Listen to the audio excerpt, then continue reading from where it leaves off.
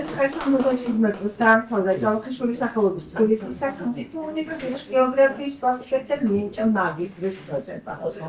1980 წლიდან 2011 წლამდე მუშაობდა ქალაქ თბილისის სამეცნიერო საჯარო სკოლაში თავდაპირველად გეოგრაფიის მასწავლებლად, დირექტორის მოადგილედ, ბოლო 20 წლის განმავლობაში სკოლის დირექტორის პოზიციაზეა ქალბატონი ნაზი.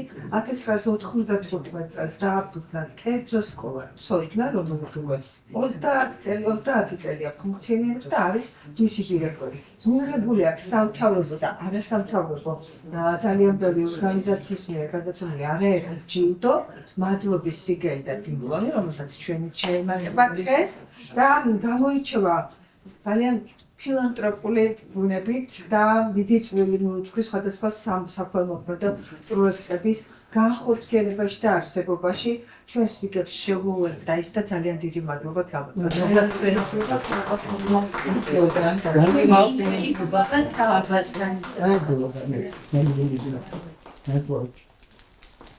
მოგესალმებით ჩემი ძვირფასებო, ჩემთვის ძალიან დიდი პარტივია თქვენს წინაშე დავდგე.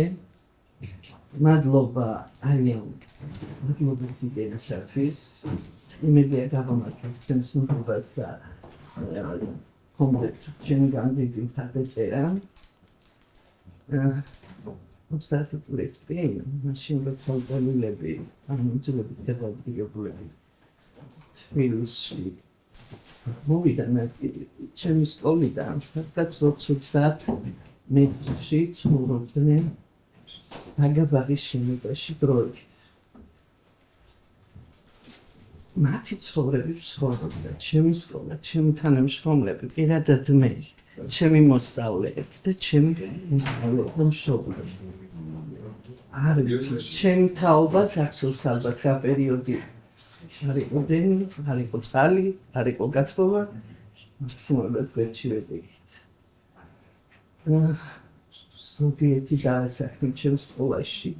ზოგს მოსწავლემ სწავლა გააგრძელა ჩვენ სკოლაში, მაქსიმალურად გვერდით ვედეგით და აი მათი ცხოვრებით ხარდურა. მე მჯერა, მე მწამს რომ სიყვარული გაიგონოთ ჩვენს სამშობლოს და გავითარებთ ყველანი და ერთიან მთლიან საქართველოს ვიხილავთ ძალიან მალე. მე მინდა წარმატებული ისურვოთ ამ პროექტის სულის ჩამოყალიბებას და წარმატებული და გამარჯვებები ჩვენს ქვეყანას. მადლობა.